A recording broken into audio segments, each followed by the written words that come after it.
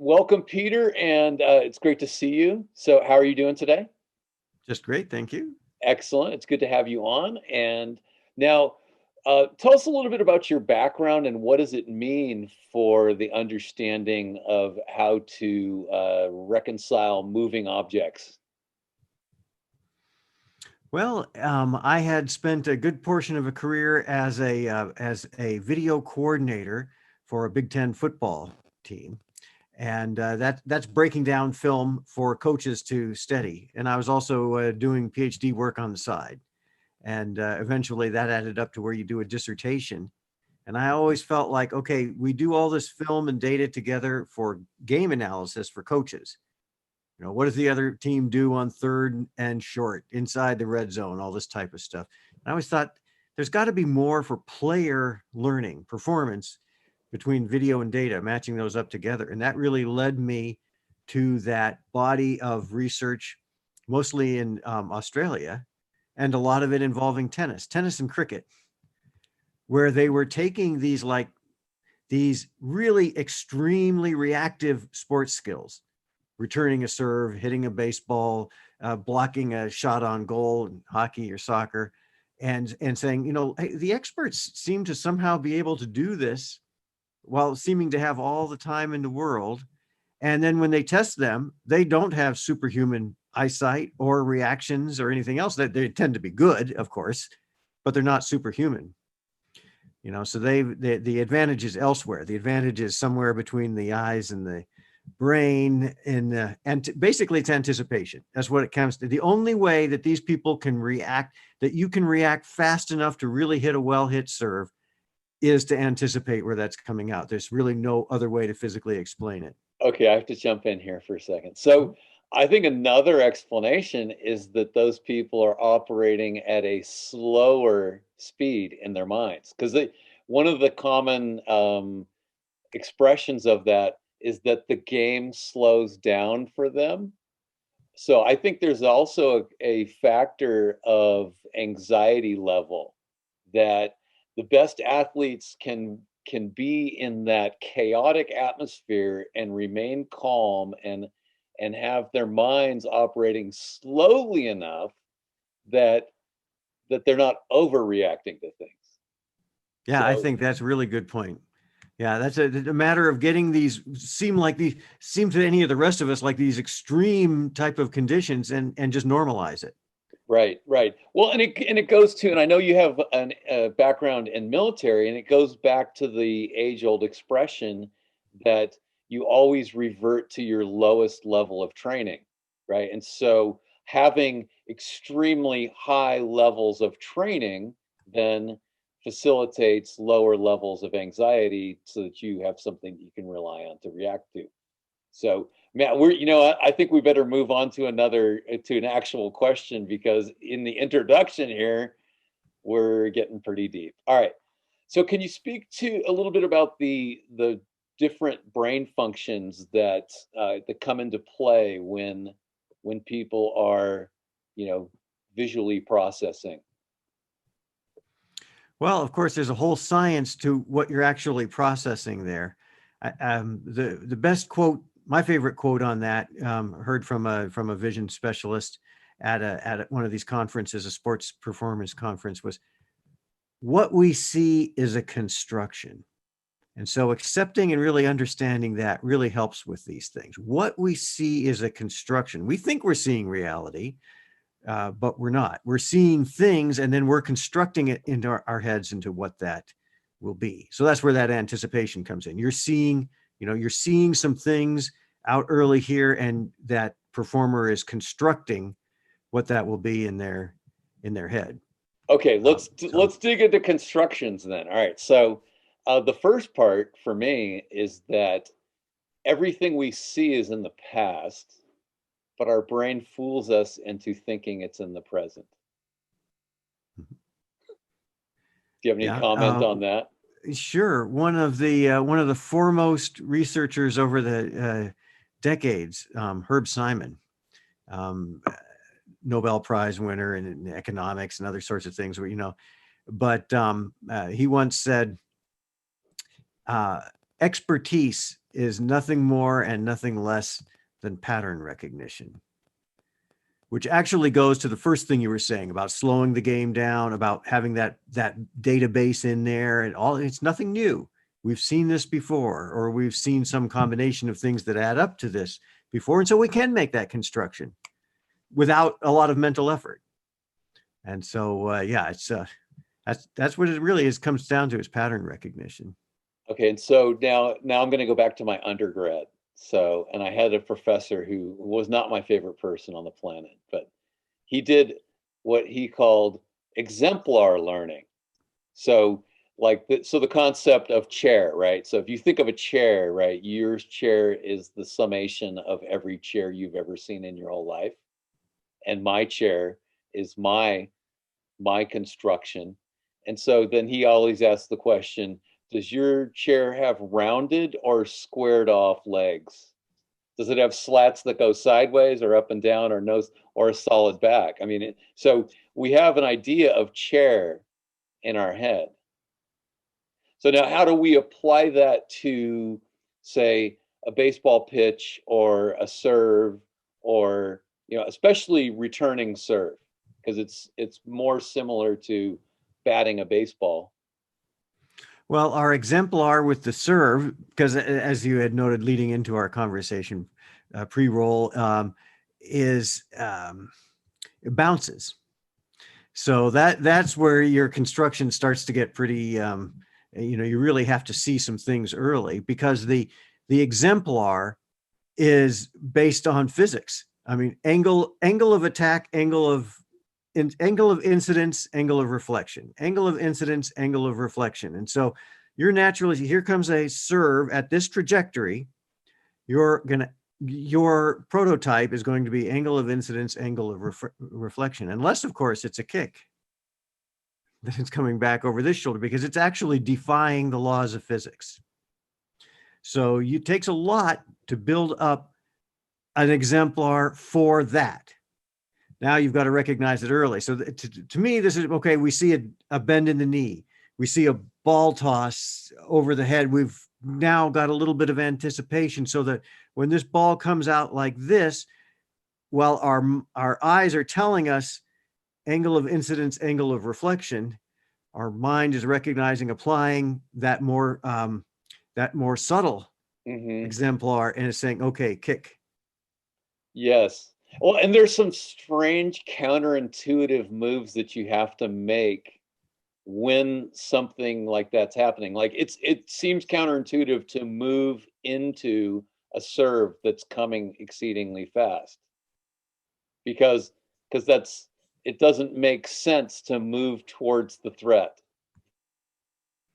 Exactly. And that's a lot of, the mentality of it, the approach, and also this perceptual part of it, is you need to overcome a lot of your instincts. Your instincts, as you say, are to retreat from something that's coming at you hard.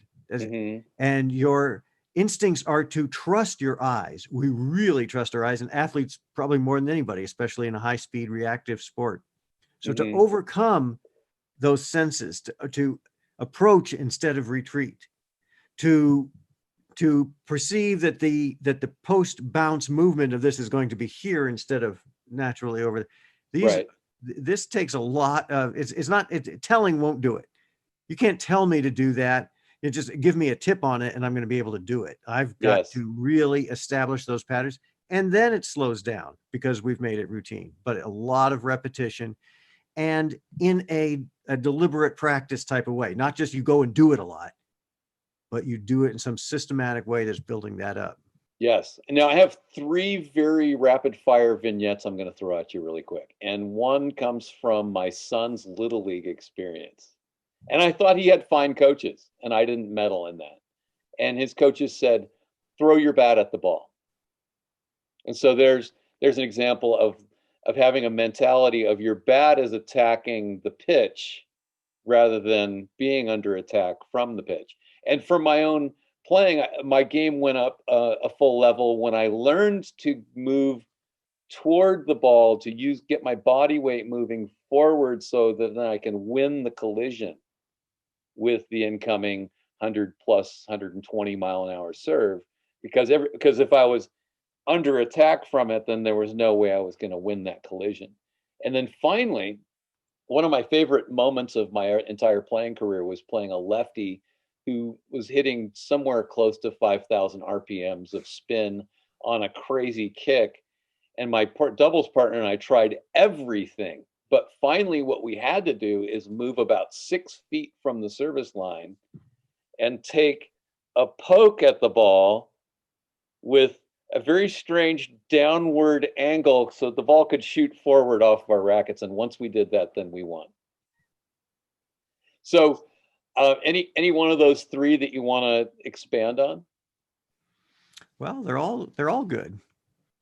You know, I don't usually get too much into the mechanics of the swing because basically it's going to be enhanced by having better timing.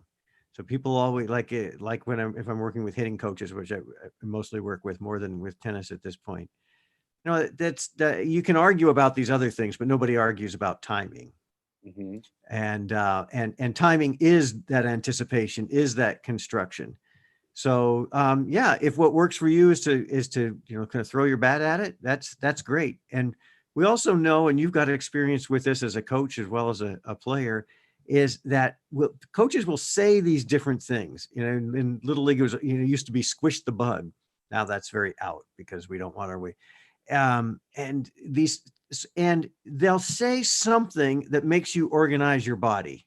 Mm-hmm. So they'll argue, the hitting coaches in that, probably in tennis too, will argue now on feel versus real. And so throw your bat at the ball might be a little bit more what we call feel. Mm-hmm. You might not actually be doing that. They might show you a clip of a major league hitter and they're doing this sort of action, and or they report that. That's the feel to them. Mm-hmm. Now, obviously, you're not going to let go of the bat and actually throw it at the thing. Yes. The Amen to feel that. of it. Yeah. And so you'll get these people arguing back and forth on Twitter. I like to follow Twitter on Mm-hmm. hitting Twitter. And they'll say, well, we can measure these things now. We have bat sensors that we put on them. People starting to put those on the rackets, and we can actually measure what those rackets are doing. And they're not doing what you say you do. This is a person that succeeds at it. And that idea, that visual, physical idea that they're throwing the bat at the ball works for them. It keeps them from casting around.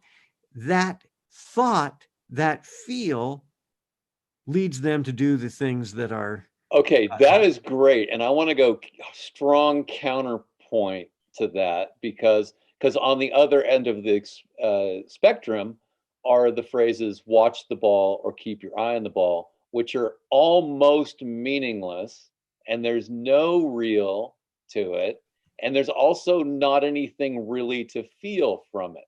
So when teaching visual skills, I like to say find the ball. I like to say track the ball and scan and focus. And these are specific skills that can be understood, and people will manifest them differently based on their visual strengths and weaknesses. But those are much closer to being real things that can also be experienced. I mean, you can't feel your vision that I know of. Maybe somebody does. There's some anomalies out there, right? Yeah, I read a really nice article. This was a long time ago, probably 20 years ago. A USA Today article. Reporter was talking to hitters at the Major League All-Star game, just around the batting cage. So it was a comfortable time for them. And he was talking to them about, do they see spin? Do they, actually see that? And it's kind of to what you're saying. You just hear all these contradictory things. Will Clark, a great hitter with the Giants, and he said, well, since every pitch except a knuckleball is spinning and it moves in the direction of the spin, how could you ever hit if you didn't see spin? Sammy Sosa says, I never see spin. I just see the ball coming out and I track it and I hit it. They had Hank Aaron standing there. He wasn't currently playing, but he was standing there, and he said, well, I always learned, I always could get everything I needed to by zooming in on the pitcher's release. Well, your eyes don't zoom. That's the feel, they literally don't zoom. but it feels to him, his focus of attention Yes. was such that to him, he was zooming in Right, on the right. And patient. there's a researcher who's active in sports, and it's Dr. Cheryl. I think I forget her last name right now, but she's tested over 100,000 athletes and found no two who have exactly the same strengths and weaknesses in their visual abilities. Then I think she tracks like five different capacities, and no two are the same. So there's always this uniqueness to how people do that. And so that's part of it. And that's why having cookie cutter universal instruction on vision is not going to be a good thing. All right, let's move on. All right. Um, so you're familiar with the amygdala and the function of slow thinking, that there's a function where slow thinking is turned off. Mhm. So can you expand a little bit more on how that works and why is it an important thing for performing with fast moving objects? Yeah, I like the framework that Dan Kahneman uses in Thinking Fast and Slow. So he talks about, and it's not as physically located as portions of the brain, but they're systems in the brain, regardless of where they're located. And so you've got system two, which is slow, analytical, deliberate decision making, and system one, which is fast, intuitive, and seemingly unconscious. So how do you reconcile those two? One way is to say that you want to train in system two, have a program. You're going to the weights. You're out on the court. You're hitting these, and it's very systematic, and you're working on that. You certainly aren't going to have much of a chance out on the court in a match in that mode. So somehow you've got to switch that off and come over to this one that's going to feel intuitive.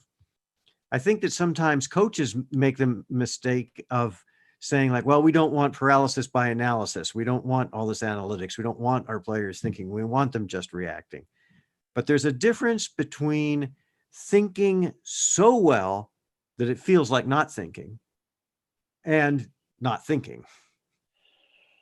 Ah, okay. So what you're describing to me is overtraining. And so Certainly. when we here's a little funny thing. So John Wooden is well known for creating such intense practices that the game seemed easy. But then what people don't realize is that Pete Newell, former coach at Cal, was 8-0 against Wooden in their 8 final matchups. And Pete Newell took what Wooden was doing one step further. I mean, they're having these grueling practices with incredible fitness requirements and high speed. Everything's faster than real game speed, and then the game speeds down. So I, I think there's in the practicality of training. I like my players to start in a situation where yes, they're turning off their analytics in their brain and learning through feel and through awareness. But when there's a breakdown in their performance in a certain aspect, then we will go into a blocked practice of that one specific skill and go with an increasing level of intensity until they reach a certain level of mastery. And then we go back to, okay, don't create a checklist in your mind of everything I just said, just perform. So does that seem to mesh, or is there more to it? Sure. No, that sounds good. What you've described is you're playing at that intuitive level. Now there's something coming up that forces you to step out of that. And this is that deliberate practice mode that's also, very much an important modern concept, 10,000 hour rule, all of that. So you're going to step out of that and then you're going to woodshed it, as the jazz musicians used to say. You're going to go out in the back and you're going to practice that lick until you've got it so cold that now you can go and throw it into the middle of an improvisation, or it will jump into the middle of an improvisation. And it sounds to anybody there like improvised, spontaneous genius, but you were out in the woodshed, for however long until you got that. So you send guys, you'll take them out there, say, okay, here's what to work on. They're going to woodshed that. And now let's put it back into the performance. So what you described to me is the art of the coach.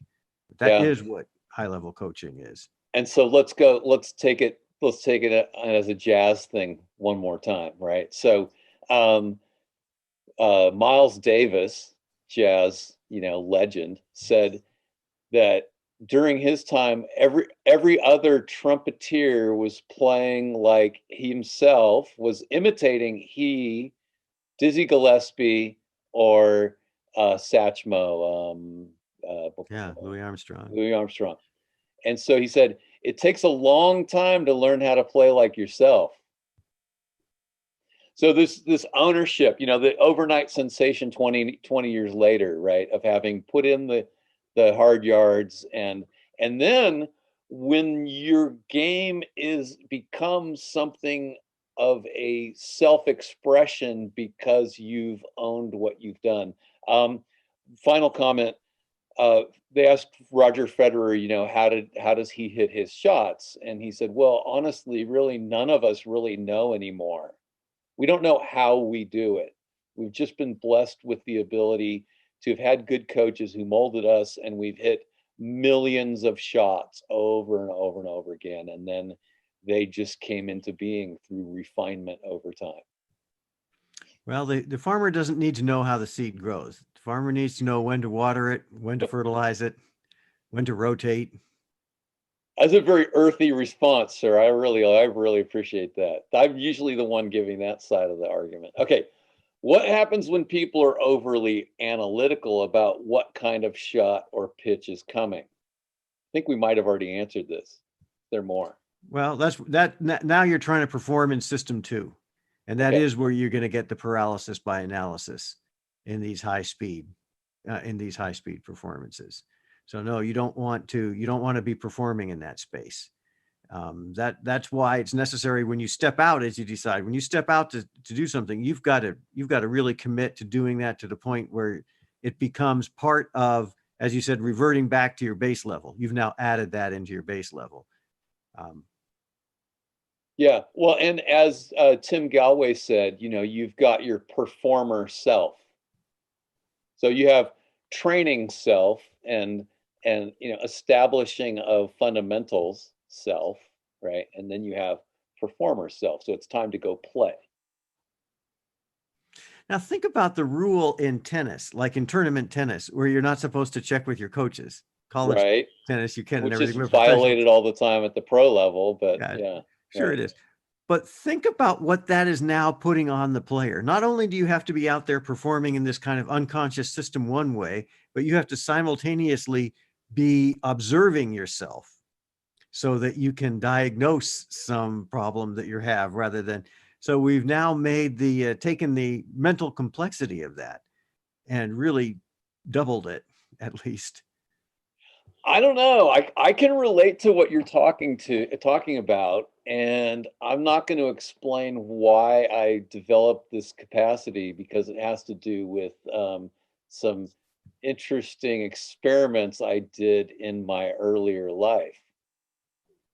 I probably gave a hint as to what it was, but learning to step outside of yourself and take that view from another perspective, that's, I think, part of the secret sauce. Um, Yeah, and so so if I being can jump able, in there. well, no, Bill, I well, didn't want to let me interrupt. You're just finish saying my something point. really cool that I Let was me going to. finish my point, and then Okay, you're all right. yeah, definitely. So being able to disengage from solely having the perspective that you have right now, and empathetically projecting your consciousness from a different vantage point, being someone that you know so well, your coach, you understand how they think. So you can start to account for that. And then when Yvonne Lendl, goes like this to Andy Murray, right? Or that, then you know exactly what it means and how to do that. All right, so I'm done. So go on with your point. No, I was just going to riff off of what you were saying because it was really hitting something important that we don't always it doesn't always come up in sports, but it's a really important part of any kind of expert performance, which is this notion of the reflective practitioner. So that's a Mm, term by a guy named Shane. And there are three types of reflection. Then there's reflection before the action, your kind of strategic one. So some athletes, some just want to go out there and play, but you've got your strategic, you're able to make some adjustments. Okay, I've got to play this guy's kick up higher, and and there's reflection after the action, what we think of after action review that you would typically have with a coach. And medical or military situations, they have that constantly. And then there's the third type, which you're talking about, which is reflection in action. Actually, in the moment, you're able to have that separate vision, historicity, it's sometimes called. And man, that's some high level stuff that you're really okay. getting there then. All right, here we're deep dive coming now. All right, now, a good friend of mine, Scott Ford, wrote a book called um, wait, oh darn it, uh, consciousness in sport, integral consciousness in sport. Okay, and one of the main premises of the book is that um, people get stuck in the past, or they get impatient for the future to come, and then what they do is they lose the ability to be fully present throughout the process. And so if someone gets stuck in any one of those three things that you just mentioned, right, then there's a problem because now you're not fully present with what you're trying to do. Right now, I, akin to what you just said, I do believe that it's a great idea to come into a point with some sort of plan. I want to hit my serve here, and there's a high likelihood they will return here, and then my shot will go there. But then once that serve is struck, now we go into contingency mode because maybe I didn't hit the serve exactly the way I wanted to. Maybe they framed the ball and now they're just hitting a little squib that's just barely coming over the net like a drop shot. Or a blind squirrel gets a nut every once in a while and they blast the ball down the line. Now instead of being in an offensive mode, I have to quickly shift into full defense and play a smart shot, and then also have a contingency for what comes after that. Right. And contingency is a good one then, because we could also call that heuristics or if then rules. So it's not you've got a strategy, like you said, this should happen and then that should happen. But once you're in the action, so you've almost got to have that, a number of contingency if then heuristics that pop. You can't decide that, but they're different little scripts. So once the eyes or whatever that recognition system recognizes that full swinging return was not well struck, and there might be an audio cue there. We don't, again, it's like the farmer, we don't necessarily know where that cue is coming from, but the cue is coming, and now you fire a different, your mind fires a different script. It's got to be a well-trained script. You can't be writing the script at that point. That script better be well written and well practiced, so that when you see X, you respond with X prime. You see Yes. Y, you respond with Y prime. Okay. So let's talk about the word recognition because I think that it can be misinterpreted and the connotation can be counterproductive. So if people are using the word recognition to mean determining what it is, then the what invokes the slow thinking because now you have to analyze the nature of something, right? But if we say the recognition is looking for where is it, the location of it based on cues that came out like the sound of a mishit, right? Or seeing that the other player was off balance, and so what are their possibilities if they're far in the corner and off balance? Very limited. So But so if we define recognition as the memory recognition of the memory of what are other outcomes that have happened in the past, and we have the exemplar of, in this situation, here are the different possible outcomes that can happen, then we're better able to find the location of the ball based on the predictions of the different, you know, I mean, 75% of the time it might go there, 20% here, and 5% there. So, what do you think that the word recognition can be misinterpreted in that way? Sure. Yeah. Yeah, it can be. But it's like democracy. It's a terrible system except for all the other alternatives. So if we say vision, we don't get it. If we say decision making, now we're back to system 2. What I'd really like to say is perception, to where I'm differentiating perception as vision for action, perception of the whole thing. But now you've got another loaded word.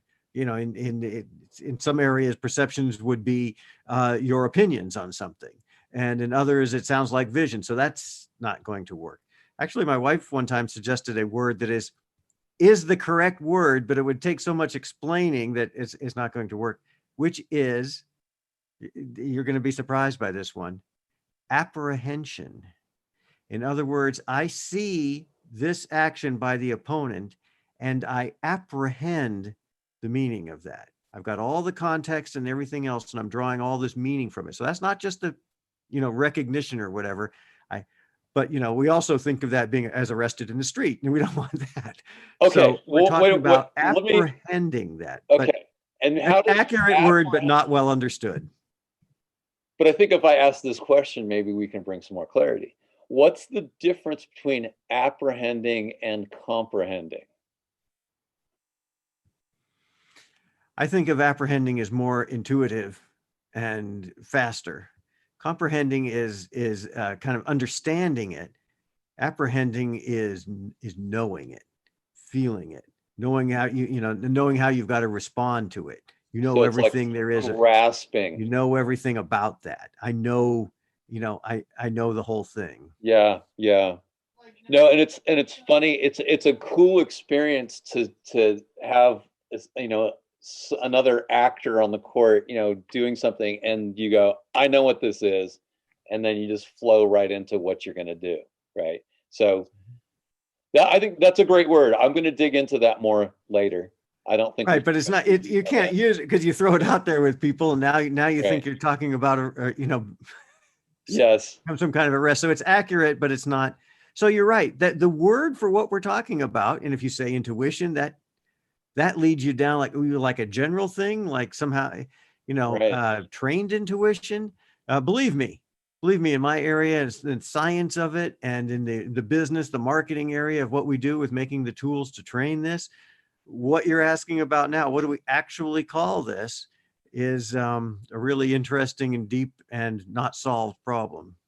Well, yeah, and this is part of what I've discovered is how infinitely mysterious this topic is, and so bringing some kind of practical, usable knowledge is not that easy, and we have to be kind of open to the fact that since everyone's visual experience differs, that we there are a lot of things we can try out. We can try to understand how people are experiencing that. And back to perception for a second, one of the things that I learned in my professional career is, in the battle of perception versus reality, perception always wins.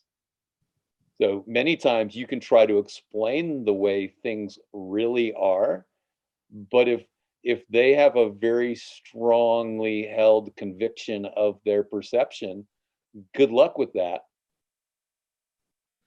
Yeah, there were a couple of years ago when Bryce Harper, really good baseball player, hitter, and he jumped all over a reporter in some post game thing because he made a comment about Syndergaard's fastball or something rising, that he had a rising fastball, and of course the reporter says, "Well, it can't possibly rise. That's against the laws of physics, that Newton says that can't happen, that can't rise. And man, he went off on the Right. guy, because he said, you haven't stood in there and all this type of thing. Because as you say, the perception, if his perception of a prototype of this pitch coming out is that it is going to come out and it's going to be belt buckle high, but when it actually comes out, it's belly button high. To him, his perception is that ball rose an inch.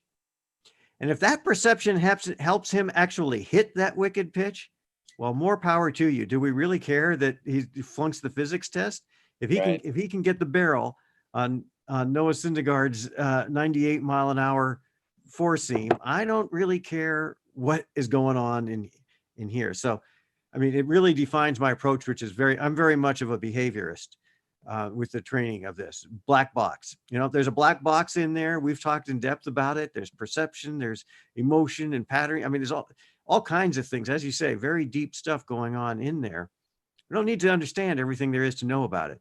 We need to know when to water and when to fertilize. Yeah. We need to know what kind of inputs do we put in, and this is going to be the output. It's like a good lift. If you do this and you do it on schedule and you do it correctly, you're going to get better. Okay, so a general idea of advice is to try to understand how do you perceive differently than your coach? How do you, the coach, perceive differently than your player? Do they have a perception that works for them, or is it not working? And if it's not working, then it's good to dig into why.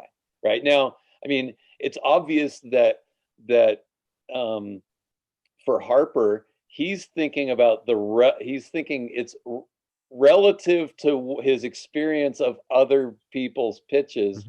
That pitch comes out higher, and so that's an explanation for that. I had a funny example. I was coaching this girl, and she's very creative, and I was showing her kind of a loop backswing, and how to get that going. And so she says, it's like spreading icing on cupcakes. And I was stunned, and I thought about it, and I'm like, yes, very large cupcakes. If we had cupcakes this big, then okay. And so I had never ever thought about that before. I would never teach that to someone else, but for her that worked. And so we went with and it. It could help your communication with her. If she's struggling with hitting that backhand, and you could look and you could say, okay, did you ice that cupcake or did you chop it in half?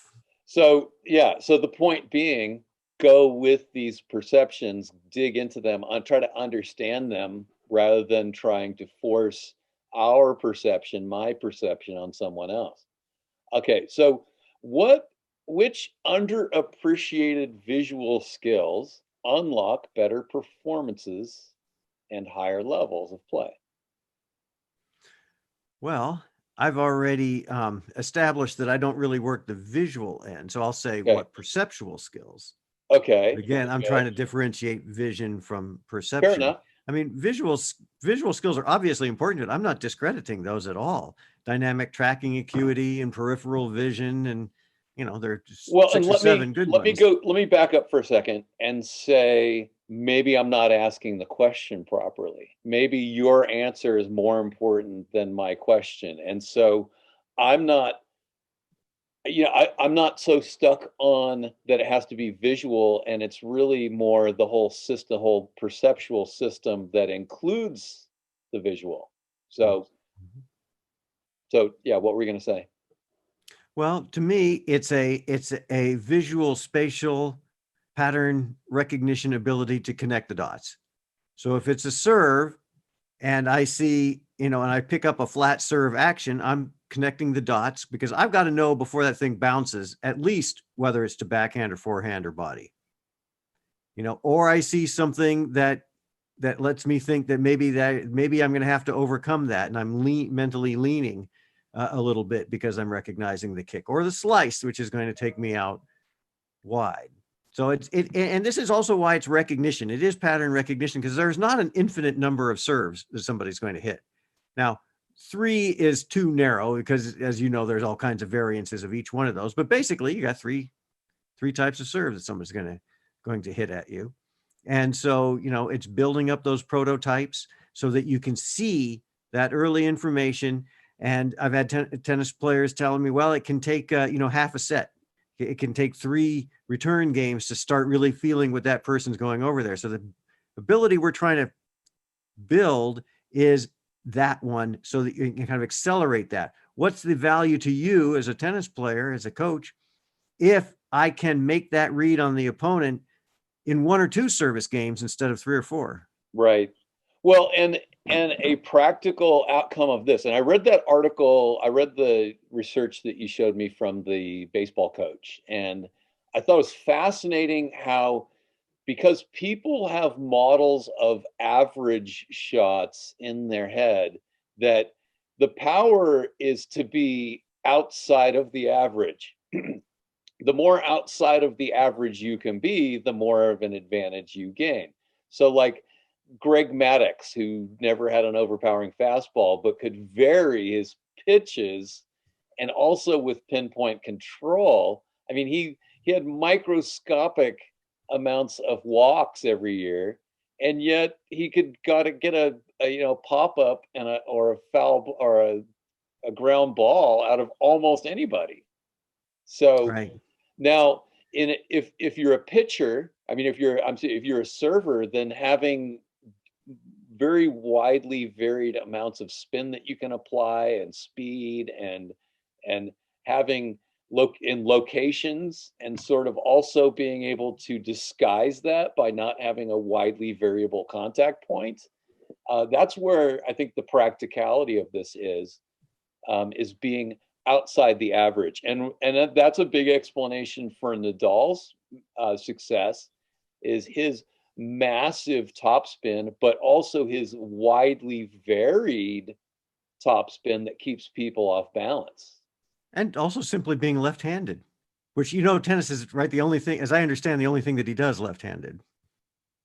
Correct, because he's actually right-handed. Yes, All so right, so it's Uncle Tony was smart enough to say, you know what, you're going to gain so much advantage by being left-handed. And he probably thought, since they were starting young, I'm rather than trying to overcome whatever bad patterns you have from trying to swing a tennis racket too big for you or anything else, we're going to start from here, we're going to start from scratch, and we're going to start left-handed. well, and one thing we don't know for sure is he gross motor left-handed and fine motor right? So this is a question I'd like to ask Tony sometime, or Nadal Mhm. himself. But and some people are more ambidextrous than others. So where is he along the scale of ambidexterity? I mean, there's a lot of unanswered questions about that. So I think it's a little too simple to just say that he was massively right-handed and all of a sudden his left hand became good. I'm not buying that argument. What probably is, and it may date us for a little bit, I guess, but if we think like Agassi, the great, considered the best returner of his day, but he would say of Sampras, he had trouble with reading Sampras's serve, even though he didn't have the fastest flat serve, he didn't have the spinniest kick serve, but he said you could just never tell what's coming, which tells you that normally he could tell what's Right. coming. And then I remember reading Pete's autobiography, and it's kind of written for younger people, but I always look in there, see if there's any kind of tips. And his coach insisted from early on, he would have to make his toss. He would make his toss, and mid swing, the coach would call out what type of serve he's supposed to hit, or what portion of the court he's supposed to hit. And so he had to learn to hit any shot from any ball toss location, Yes, and, that and then he that got the is great. payoff. And that's extremely difficult, and it could be also very frustrating, and that's where the overtraining comes in. And so then we get into, you know, who are the children who have the character to go through that kind of frustration in their training, and it's a pretty small number these days. So if you're a kid listening to this, go do the hard things and it'll pay off later. All right, let's dig into game sense. And I'm extremely honored to be a part of the, helping in the development of it. I had a great talk with Fab, and I'm excited about the development of that. So, you want to talk about game sense overall, and then we'll dig a little bit more into the tennis app? Well, I kind of find I like show and tell. So usually it works Okay, better if we show first and then we can tell a little bit. So if I have an option of being able to show that, you here's can. what You here's can. So you can share through your computer, I yeah, if do you give me a believe, share screen. So this is the app. So that score, that's a standard right? score that we have. 583 is Now, pretty good. 600's a good can you score. access the app through your computer? Yeah. Because Well, if you can let me do see if that, I can share it through here. I can't access it through the computer. No, it's just on this. But can I try and share screen here? You said you thought you had that set up. okay, I have it set up so that you can do that through your computer. All right, let's give it a shot. All right. All But right. I don't know how to get it to access to your phone. All right. So you're sharing your screen. Oh, there it is. We got it. Yeah. All So right. you should be seeing just like I'm just showing it so that because sometimes on the screen you don't get the sense of it. So there's where it is. Somebody comes into that, and the first thing they do is it takes them where that it welcomes then, and your test and where that puts you on things. And then I can go and I can find opponents to train against. And so we've got some female in there and some male. Both they're mostly young. These are like 15 to 18-year olds who are in there. And then you've got a Hey, little Peter, some more Peter, advanced hold on. ones. Slow down for a second. Slow down. Why don't you Okay. go back to the beginning and let's kind of dwell on. Why don't we go the first one, somebody in the middle, and somebody in the last. So let's look at Abby for a second. Oh wait, no, let's start there. Okay, so go back up. The serve recognition score. What's the range of that? Well, we need to like have hundreds and hundreds of people do it before we really are aware of that. We've got some kind of benchmarks. We want it to be like your UTR. It's something that would have worldwide meaning. Okay. From our initial use, 583, for instance, would be a pretty good score. That's probably about 60th percentile. It's not yet a really good score, but it's not bad. If you scored Okay. below 500, it would probably mean this is just not something you're very good at. Well, And if you it might. score above Yeah. 600, you're pretty good. And 700, you're getting really good. Well, it might be great to try to align that almost as closely to UTR as you possibly can. So using that scale, and then maybe with a multiplier of 10 or whatever to give yourself some wiggle room. All right, so let's go down and look at Abby. Right. So, I mean, do you want to see what her serve would look like then? Let's do that. All right. So she's just a 17-year-old UTR rating of 6. So if we get started with that, you can choose your training level. So if we choose the advanced one, it'll load up and play that. So any of these things have to download. So we give you a little message there. And so you're going to get 10 serves, and you're just guessing the location. Okay, I'm saying wide.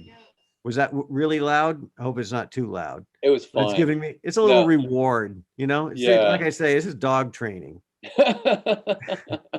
I'm going to get 10 of these, and I'm trying, I'm anticipating that. I'm seeing post racket ball flight. Uh-huh. Whoops. But anytime I get it incorrectly, I want to make sure to get the replay. Like on that one, I got it. So it's going to show me that I guessed T and I was incorrect. So here comes the serve, and no, we're calling that body. Now that's pretty close, but it's close enough that I can hit it with like one step and a hit. Okay. That So was none of kind the of things are iffy. like, That was a this little is iffy. real life out on the court. These are not Right. animations. They're real serves being struck. Mm-hmm. And you see, well, okay, that's not too difficult. It bounces you back and forth from, did you see that one? That one, Nice. you might have been able, your first glance at that might have been that's coming down the tee, but I anticipated wide because of the bounce. It was a kick serve. And so, Mm-hmm. it went off to a little bit. Now she's not serving with a great deal of pace, but you can still get to, it's a good way for the coach then to talk about the things that you've got to kind of look for. Right. Why don't we So exit out of her and go on to somebody in the mid range? All right. So this is just the next fella up. This is a Okay. left-handed hitter. Let me see if this is a left-handed one. He's a 16-year-old, but he's UTR 8.5. He's a pretty good player, and he can pop the serve. Mm-hmm. So let's look at his serve. So this is getting to the point where the pace of the serve is starting to challenge the returner's perceptual ability. Right on Amy, we weren't seeing that. We still have to get used to the serve and all, but this guy's going to crack this hard enough that he's actually going to challenge that a little bit. Oops, got it wrong. And with this, like, because we'll compare to VR sometimes, people like the sound of VR is like, wow, that's really cool. Our sound of learning is, huh? As I got that one incorrect. And then, oh, when I see the replay, I guess body, and it was wide. Mm-hmm. Now, and like I say, it goes back and forth. So it's a very simple one like that. I anticipated one way and it went the other. But what I'm going to show you here is that normally you'd score pretty well. Once you learn the drill, you're going to score pretty well on that. But this is what we're really training towards. This is what you're going to recognize on the court. This is when the coach is saying to you, you can anticipate this serve with movements of the body, toss of the ball, attack angle of the racket, sometimes even where they stand on the court. These are the things all so these serves are going to get cut off before the ball is struck. So we can't track anymore. This is where we're differentiating anticipation or recognition from tracking. Both important, but different skills. Now it gets a little more challenging. Okay. You want to get the next one? Oh boy. This is just the replay. The replay is wide so you can see the whole thing. So I guessed T. Well, I guess, yeah, when I could see the whole thing, I guessed it really well. That was Yeah, awesome. okay. So now, I'm and proud of myself. my wife's hollering in the background. She has to force me not to say guess. It feels like a guess, but what we're trying to train is what we were talking about before, which is that anticipation. It is a skill. Even the people that do it will tell you they feel like they're guessing, but it's like saying, okay, there are 3 locations, which means chance is 33% and you're guessing 70%. Well, that's not guessing. That's something going on. Yeah, I'm a little conflicted about the idea of trying to anticipate or guess, and I think my preferred way of expressing it is read and react. Excellent. Read and react. Fine. So and this is the biggest point of the whole thing, Bill, is do you, as a coach, a player, a commentator, expert coming into this, believe that you can train, read and react separately and then put them together, have drills, put them together in the performance and the play to put them together? Some people don't believe that. They believe in ecological psychology. You have to maintain the integrity of the whole perception action loop. But this, you've just touched on what is the key thing. And because if you accept that, you can now apply the efficiencies of part task training. This is part Okay, task training. You don't need a server on the court. You're just working on the react. Later, no, you're just working on the read. Later, we'll put it together with react. okay, good. We have 5 minutes left. I just wanted to share something frustrating because in my undergrad, I had a professor who I was helping him with his research, and he didn't believe reaction time could be trained.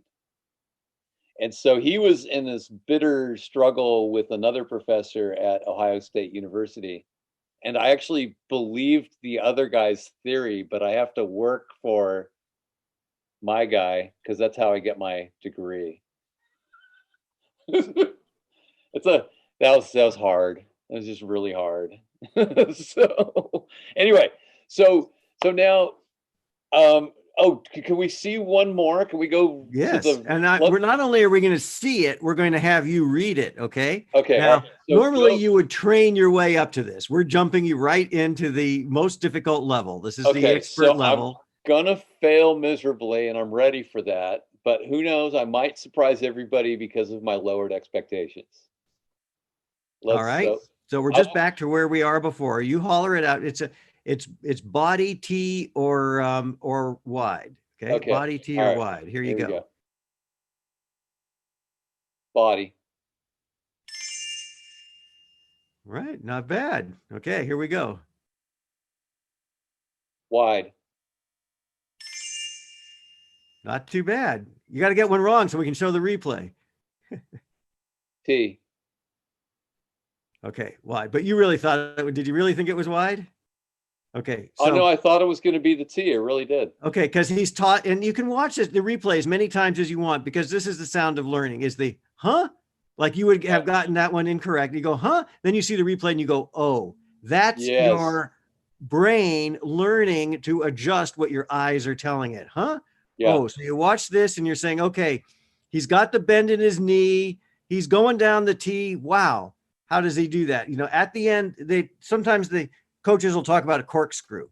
Can you see? So he Yeah. gives it the corkscrew before the ball's hit. He gets a corkscrew action in that. Yeah. So, you know, that's what we just saw there. Those are the moments of real learning. And so with lots, as we've talked about this all along, lots of repetition, immediate feedback, and then that progressive difficult is dog training. Yes. Eyes Well, in your brain, learn to read that. Now let's put it in the hands of a good coach, get you out on the court, putting your read together with your react. Then you go out in the tournament and you beat that guy with the big serve and, you know, take his right. place on the ladder. Well, I don't know. Do dogs go through unconsciously incompetent, consciously incompetent, consciously competent, and unconsciously competent? Do they go through that progression? I don't think dogs Sure they know. do. Do they? Yeah, they discover that they don't know something. Well, you may discover that, but that's enough to direct the training. Okay. So they're not doing something, they're not doing something that you want them to do. Ah, You're trying okay. to train So them. they know that they're a You're bad trying to dog. train them to go get the duck and Right. not take the duck off into the woods and eat the duck or whatever they're going to do with the duck. They're supposed to bring the duck back to you and softly. Right. And these are all kinds of counterintuitive things. Right. And you described how many of the things we already talked about, how so many of the things involved, whether it's stepping in, many of the things involved in these, you know, ballistic type of sports skills are pretty counterintuitive. I mean, not just into, but counter sensory. You've got to kind of overcome those things. So Yeah. first of all, you have to get conscious that it's not right. That's your conscious incompetence. And the dog's got to get that too, which basically you do by punishing it, saying that's not the right thing to do. And then Hmm. you start building in the right behavior and you reward the right behavior and you reward it every time until they have learned the proper behavior, the conscious competence. And now you start fading the cues Right. until the Right. cues and the reward aren't there anymore. And now it's unconscious competence. Now they just do it. It's just behavior. All And right. you have made the behavior. Peter, this has been amazing. It exceeded my expectations. I didn't realize that we were going to go so deep on some stuff. It was a lot of fun. Um, Maybe we can do this again sometime. But and then probably what we will do is when the GameSense app is just all ready to go and you know all polished up, then we'll do something to feature that and invite people in. We'll probably even make a webinar out of it so people can uh, do what I did. You know, they can make their own guesses and we can play a little game out of it. But anyway, thank you so much for your time. Very much appreciate it. I hope you have a terrific rest of your day.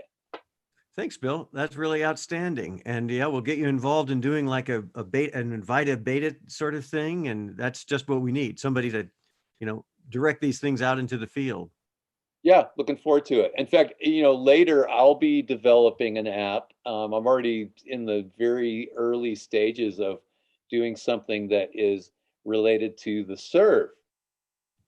So there could be a marriage coming someday. But anyway, all right. Thank you so much and have a great day. Thanks, Bill. All right. Bye bye. See you later.